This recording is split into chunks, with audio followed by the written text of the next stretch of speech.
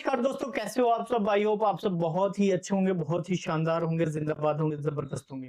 मेरे प्यारे दोस्तों, आप सब बहुत ही हैरान हैं, बहुत ही निराश और हताश हैं, परेशान हैं कि भाई रिजल्ट क्यों नहीं आ रहा, रिजल्ट क्यों नहीं आ रहा, रिजल्ट क्यों नहीं आ रहा, रिजल्ट क्यों नहीं आ रहा। आई होप आप सब थोड़ा संकेत समझ चुके होंगे सरकार की भी। भाई शिक्षा मंत्री साहब हैं जो, भाई वैसे तो रिजल्ट आप सब बहुत ज्यादा जानकार हैं, बहुत ज्यादा समझदार भी हैं। तो भाई सीबीएसई के द्वारा रुका हुआ है रिजल्ट। केवी तो ऑलरेडी तैयार है भाई इंटरव्यू कंडक्ट करने के लिए। केवी ऑलरेडी तैयार है, लेकिन आपके जो सीबीएसई बॉडी है वो तैयार नहीं है। क्यों? क्योंकि भाई अभी तो आपने देखा है कि प्रोटेस्ट हो गए, सारी चीजें, मतलब सरकार के शिक्षा मंत्री बदले गए हैं, यूनियन के शिक्षा मंत्री बदले गए हैं। तो शिक्षा मंत्री बदले गए हैं। अब थोड़ी-सी इसमें क्या है कि एक डर की भावना देखी जा रही है कि भाई कहीं पे अभी फिर गड़बड़ हो जाए, और फिर गड़बड़ हो जाए तो फिर किरकिरी हो जाएगी। ठीक है? फिर किरकिरी हो जाएगी, तो थोड़ा-सा होल्ड करके और सिचुएशन को भाँप के, या हो सकता है, ध्यान से सुनना, हो सकता है क्या इस सिस्टम को थोड़ा-सा सुधार के, जैसे सिस्टम सुधारने की बात हो रही है, फास्ट ट्रैक कोर्ट की बात की जा रही है, तो हो सकता है थोड़े से सिचुएशन की चीज़ों को व्यवस्थित करके और तब रिजल्ट निकाला जाए। लेकिन ख़ैर क्या है कि रिजल्ट अभी इतनी जल्दी नहीं आने वाला है। अब जिस हिसाब से डिले चल रहा है, मैं बताता हूँ, आपका अक्टूबर से पहले इंटरव्यू नहीं होगा, ध्यान रखना। अगस्त हो गया, सितंबर हो जाएगा, आते-आते सितंबर हो जाएगा, अक्टूबर अक्टूबर नवंबर के आसपास में आपकी होगी। लेकिन हाँ, ये सिचुएशन क्या है कि बहुत पैनिक है, क्योंकि आपने एग्जाम दे दिया है फटाफट, बहुत ही जल्दी दिया है। रिजल्ट देने में देरी कर रहे हैं, तो रिजल्ट कब तक आएगा? बहुत परेशान है, बहुत ज्यादा परेशान है। मैं खुद परेशान हूँ, जवाब देते देते। जल्दी से रिजल्ट दे दें, फिर उसके बाद मैं क्या करूँ भाई, इंटरव्यू बैचेस शुरू करूँ, है ना? बैचेस शुरू करने का मतलब क्या है यहाँ पे कि भाई गाइडेंस देना शुरू करूँ। मेरा इंटरव्यू बैच जो है, कहीं सोचे कि भाई इंटरव्यू बैचेस को कंटिन्यू करने की बात कही जा रही है, तो इसका मतलब ये पैसे आपसे लिए जाएँगे। पैसे बिल्कुल भी नहीं लिए जाएँगे, फ्री ऑफ कॉस्ट है मेरा इंटरव्यू बैच। आप जाके चेकआउट कर सकते हैं। एप्लीकेशन का लिंक डिस्क्रिप्शन बॉक्स में है, फ्री ऑफ कॉस्ट है। एक भी चौनी पैसा नहीं लिया जा रहा, किसी से भी नहीं लिया जा रहा। आप जाएँ, सीधा फ्री कोर्सेज में जाएँगे और सारी चीज़ें अभी देखेंगे। लेकिन बहुत सारी चीज़ें नहीं पहले बताई जा रही हैं, क्योंकि भाई आप भी इंटरेस्ट नहीं ले रहे हो, आप तो बस स्वाद लेने आ रहे हो ना वीडियो में, कि भाई इधर क्या है, उधर क्या है, इस प्रकार की चीज़ें क्या चल रही हैं। हर वीडियो को चख के बैठे हो, हर वीडियो को चख के बैठे हो। अगर मैं बोलूँ कि भाई कल से मैं इंटरव्यू की प्रिपरेशन करवाता हूँ, क्या आप उस सीरियस मूड से करेंगे? नहीं करेंगे, बिल्कुल भी नहीं कर रहे। ठीक है? आपको अगर मैं बोलूँ कि कल पोएम तैयार करके आना, मैं इससे क्रॉस क्वेश्चन पूछूँगा, या आप अपने फेवरेट टॉपिक को तैयार करके आओ, या आप इंग्लिश स्पीकिंग कर लो। ठीक है? आप मोस्ट ऑफ, मैं बता रहा हूँ, अगर नॉर्थ इंडिया की बात हो रही है, तो जो 70% तबका है ना, जो रिजल्ट का वेट कर रहा है, उसको भाई बहुत अच्छे से इंग्लिश बोलनी भी नहीं आती। मैं सच बता रहा हूँ, बहुत अच्छी बात बता रहा हूँ। सबसे पहले इंग्लिश उनको बोलनी तक नहीं आती है 70%। 25% हैं जो इंग्लिश बोल पा रहे हैं, और वो इतना हाय तौबा नहीं कर रहे हैं। क्यों नहीं कर रहे हैं? क्योंकि भाई वो और भी वैकेंसीज की तैयारी कर रहे हैं। 25% जो इंग्लिश बोल पा रहे हैं, उनका सब कुछ ठीक है, तो वो क्या करें, उनको पता है इंटरव्यू जब होगा 15-20 दिन में तैयार कर लेंगे सब कुछ। क्योंकि तैयार क्या करना है, आपका बिहेव कोई चेंज कर सकता है? नहीं कर सकता है।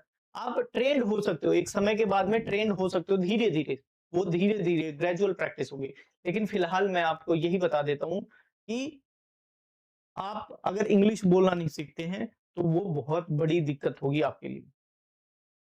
इंटरव्यू में सब कुछ देखते देखते, इंतजार करते करते टाटा बाय बाय हो जाएगी वैकेंसी आपकी आंखों के सामने से। फिर डॉक्यूमेंट्स, बहुत जने भाई अपने जो प्रमाण पत्र वगैरह हैं वो सुधरे नहीं है, तो सुधरवा लो भाई। ठीक है?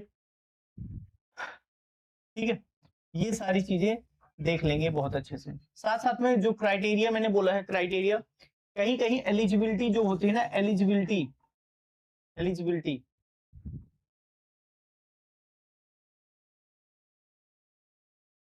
एलिजिबिलिटी जो है, ये बहुत सारों की कंप्लीट नहीं होती। एलिजिबिलिटी कैसे कंप्लीट नहीं होती, बहुत जगह पे फर्स्ट डिवीजन बोला गया है या सब्जेक्ट कॉम्बिनेशन है, वो गड़बड़ हो जाती है। तो क्या आपने ये तैयार कर रखा है? नहीं तैयार करा तो बिल्कुल नहीं होगा। अब इसके बाद में एनसीईआरटी, एनसीईआरटी आपको पढ़नी है। एनसीईआरटी क्या आपने, अगर आप प्राइमरी के लिए तैयारी कर रहे हो तो फिफ्थ, फर्स्ट से फिफ्थ आपने तैयार कर लिया भाई, एनसीईआरटी बुक पढ़ ली। अगर आप पीजीटी की तैयारी कर रहे हैं तो 6 टू 10th आपने एनसीईआरटी पढ़ ली अपने सब्जेक्ट की। क्या आप पीजीटी की तैयारी कर रहे हैं तो 11 से 12 तक अपने सब्जेक्ट की सारी एनसीईआरटी के बुक्स को पढ़ लिया है। क्या आप हर एक चीज उसके बारे में जानते हैं? हर एक चीज जानने का मतलब नहीं है, तो क्या आप थीम जानते हैं, चैप्टर के नाम जानते हैं? मैथ से मेरे से पूछो, मैं सारी चीज बताता हूँ। 6 से लेके 12 तक ए टू जेड बुक के नाम के साथ में, इसके लिए मैथ के लिए, मैथ की बात कर रहा हूं मैं। आप मेरे से मैथ्स के बारे में कुछ भी पूछो। जैसे 10th क्लास में पहला है, पहला क्या है? रियल नंबर है। दूसरा क्या है? दूसरा पॉलिनोमियल्स है। तीसरा है pair of linear equation into variables. चौथा क्या है? Quadratic equation. पांचवा क्या है? पांचवा है आपका अर्थमेटिक प्रोग्रेशन। छठा क्या है? ट्रायंगल है। सातवां क्या है बताओ भाई? सातवां, सातवां आपका कोऑर्डिनेट ज्योमेट्री। आठवां क्या है? आठवां चैप्टर आपका इंट्रोडक्शन ऑफ ट्रिग्नोमेट्री। फिर उसके बाद आपका एप्लीकेशन ऑफ ट्रिग्नोमेट्री। फिर उसके बाद आपका है सर्कल्स। ठीक है, सर्कल्स के बाद में एरिया रिलेटेड टू सर्कल हो गया। फिर उसके बाद आपके आपको जगह सरफेस एरिया एंड वॉल्यूम्स हो गया। सरफेस एरिया वॉल्यूम्स के बाद में आपके स्टैट्स हो गए। स्टैट्स के बाद में प्रोबेबिलिटी होगी। इस हिसाब से एक एक चैप्टर याद है। 11th में आ जाओ। सेट्स, पहला है सेट्स, दूसरा है रिलेशन एंड फंक्शन, तीसरा क्या है आपका ट्रिग्नोमेट्रिक फंक्शन है। चौथा क्या है? चौथा आपका पीएमआई हो गया था, PMI principle of mathematical induction. अब तो उसको हटा दिया गया है। ठीक है, उसको हटा दिया गया है, कॉम्प्लेक्स नंबर आ गया उसकी जगह पर। ठीक है, परमुटेशन कॉम्बिनेशन, इस हिसाब से चीजें चलती जाएंगी। आप जिसके पूछोगे उस चीज की बता दूंगा मैं, है ना? जिस चीज की पूछोगे, मैथ्स में पूछोगे, तो इस हिसाब से आप चैप्टर के नाम के साथ साथ में उनके एक्टिविटी, जब आप नाम जानते हो इसका मतलब क्या है? आपने बहुत, क्या आपने न्यू एनसीईआरटी पढ़ रखी है? क्या आपने एनसीईआरटी के सारे चैप्टर्स देख रखे हैं? मैं बता रहा हूँ 70% वही बंदे हैं, 70% वही बंदे हैं जो भाई तुक्के से लगे। मैं तुक्के से लगने का मतलब ये है कि भाई रिजल्ट का वही वेट कर रहे हैं जो तुक्के के है या लास्ट ईयर में रहे होंगे। लास्ट ईयर का मतलब ये हो गया कि उनके उम्र के ऐसा पड़ाव पे होंगे कि जहां पे सिर्फ यही रिजल्ट काम आएगा। 70%, लेकिन वो भाई 70% में मैं ये भी थोड़ा सा बच्चों से बात करके ही पता चला कि ये ज्यादातर ना सोच रहे हैं कि हिंदी से काम चल जाएगा। भाई कहीं कहीं हिंदी में काम चल जाता है, कहीं कहीं नहीं चलता है। आप महाराष्ट्र में इंटरव्यू बहुत सारे बच्चे देने गए, महाराष्ट्र में, मुंबई में, दिल्ली के मोस्ट ऑफ बच्चों का यहाँ पे गया था मुंबई में, वहां पे इंग्लिश में ही अलाउ करा।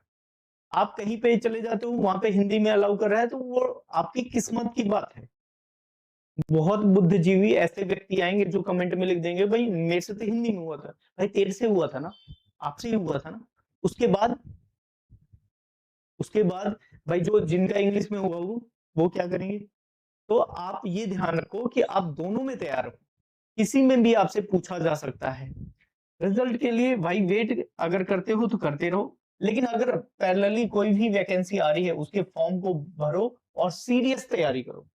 ठीक है, अगर इसके बाद भी आप सिर्फ टीचिंग में जाना चाहते हैं, अगर आप टीचिंग में जाना चाहते हैं तो आपके लिए भाई प्राइवेट विद्यालय, प्राइवेट स्कूल हैं आपके। ठीक है, प्राइवेट स्कूल में आप जाके टीचिंग वगैरह करें या तो कोई जॉब वगैरह करते हैं, क्योंकि अगर आपको फैमिली सपोर्ट करना है तो फैमिली को सपोर्ट भी करते रहे इस वे में। लेकिन आप सिर्फ रिजल्ट के वेट में रहेंगे तो रिजल्ट भाई अभी नहीं आने वाला, बहुत जल्दी नहीं आने वाला, बिल्कुल भी नहीं आएगा। परेशान होना बंद करें। रही बात फ्री कोर्सेज के बारे में, बताया था फ्री कोर्सेज के बारे में मैंने आपसे चर्चा करी। भाई हमारा जो कोर्स है वो फ्री है। कहीं आप सोचते हो भाई यहाँ पे पैसे लगने वाले हैं, तो पैसे वैसे नहीं लूटे जाते यहाँ पे किसी से भाई। और अगर पैसे भी लगते हैं ना तो एकदम जेन्युइन प्राइस रखा जाता है, कोई बकवास की चीजें नहीं होती हैं, कोई भी बकवास की चीजें नहीं होती हैं। हमारा एप्लीकेशन आप डाउनलोड करेंगे, लिंक डिस्क्रिप्शन बॉक्स में है, वहां से डाउनलोड करेंगे तो फ्री कोर्सेज, यहाँ पे फ्री कोर्सेज पे आएंगे। फ्री कोर्सेज, फ्री कोर्सेज में सारी चीजें आपको एकदम सही तरीके से सही तरीके से आपके सामने कंटेंट इसका अवेलेबल रहेगा। आप देख सकते हैं सारी चीज़ें।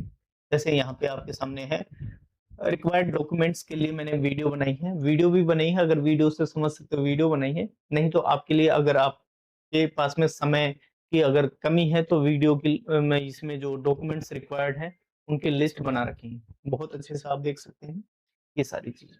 ठीक है? ये ध्यान रखिएगा।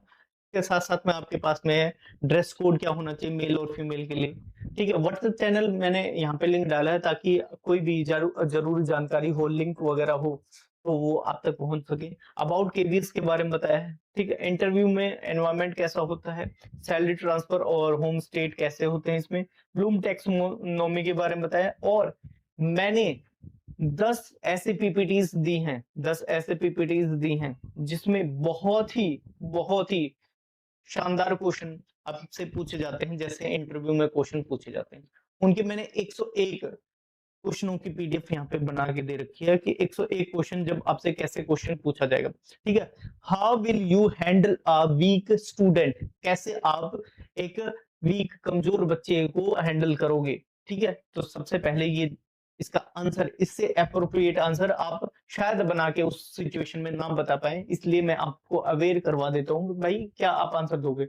आई विल आइडेंटिफाई, मैं पहचानूंगा द स्टूडेंट्स लर्निंग डिफिकल्टीज, बच्चे के लर्निंग डिफिकल्टीज को पहचानूंगा, प्रोवाइड करूंगा रेमेडियल टीचिंग, ठीक है? उसको निदानात्मक शिक्षण प्रोवाइड करूंगा। फिर उसके बाद यूज डिफरेंट टीचिंग मेथड्स, जब देखेंगे कि भाई टीचिंग मेथड में दिक्कत हो रही है तो क्या होंगे, डिफरेंट टीचिंग मेथड को यूज करूंगा, प्रयोग करूंगा।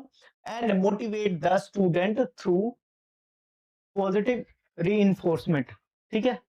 सकारात्मक सकारात्मक पुनर्वलन से मैं बच्चे को मोटिवेट करूंगा, ठीक है? बहुत अच्छा आंसर है। ये तो मैंने हिंदी में बताया, अगर आपसे इंग्लिश में पूछा जाए इसके लिए हिंदी भी दे रखा है। देखो, मैं विद्यार्थी की सीखने संबंधी कठिनाई को पहचान करूंगा, सकारात्मक शिक्षण रेमेडियल टीचिंग, सकारात्मक शिक्षण उपचारात्मक शिक्षण रेमेडियल टीचिंग दूंगा, विभिन्न शिक्षण विधियों का प्रयोग करूंगा तथा सकारात्मक प्रोत्साहन रीइंफोर्समेंट, प्रोत्साहन भी कह सकते हैं यहाँ पे, पुनर्बलन भी कह सकते हैं, द्वारा उसे प्रेरित करूंगा। तो ये हिंदी होगी। लेकिन इंग्लिश मीडियम है, इंग्लिश मीडियम क्या है आपका, केवी कल्चर। तो यहाँ पे क्या लिखेंगे भाई, I will identify the students learning difficulties and provide remedial teaching, use different teaching methods and motivate the student through the positive reinforcement। इस वे में आपको आंसर देना होगा, ठीक है? ऐसे 101 प्रश्नों की श्रृंखला हमने बनाई हुई है और बहुत अच्छे से आप इस पीडीएफ को डाउनलोड करके फ्री ऑफ कॉस्ट अपनी तैयारी को बूस्ट कर सकते हैं। लेकिन मैं आपसे यही गुजारिश करूंगा कि एनसीईआरटी पढ़ते रहें। आपकी सब्जेक्ट की नॉलेज अगर नहीं होगी और आपको इंग्लिश पे कमांड नहीं होगा बोलने में, तो आप भाई आपकी सब कुछ धरी की धरी रह जाएंगी। इस चीज को ध्यान रखिएगा, अपने माइंड में रखिएगा। तो इस वजह से खामखा परेशान ना हो, रिजल्ट नहीं आएगा, अभी इतने जल्दी नहीं आने वाला है, ठीक है? बाकी और भी पेड कोर्सेज वगैरह हैं, तो आप पेड कोर्सेज अगर आप और चीज की तैयारी करते हैं, अगर करते होंगे तो, या कोई आपका दोस्त वगैरह करता होगा तो रेफर कर सकते हैं। जैसे स्पेशल एजुकेशन का बैच चल रहा है और यहाँ पे पीआरटी स्पेशल के लिए पीआरटी नॉर्मल पीआरटी के लिए चल रहा है, यहाँ पीआरटी स्पेशल एजुकेशन और टीजीटी स्पेशल एजुकेशन दोनों के लिए चल रहे हैं। तो ये ध्यान रखिएगा, ठीक है? मिलते हैं नेक्स्ट लेक्चर में, धन्यवाद।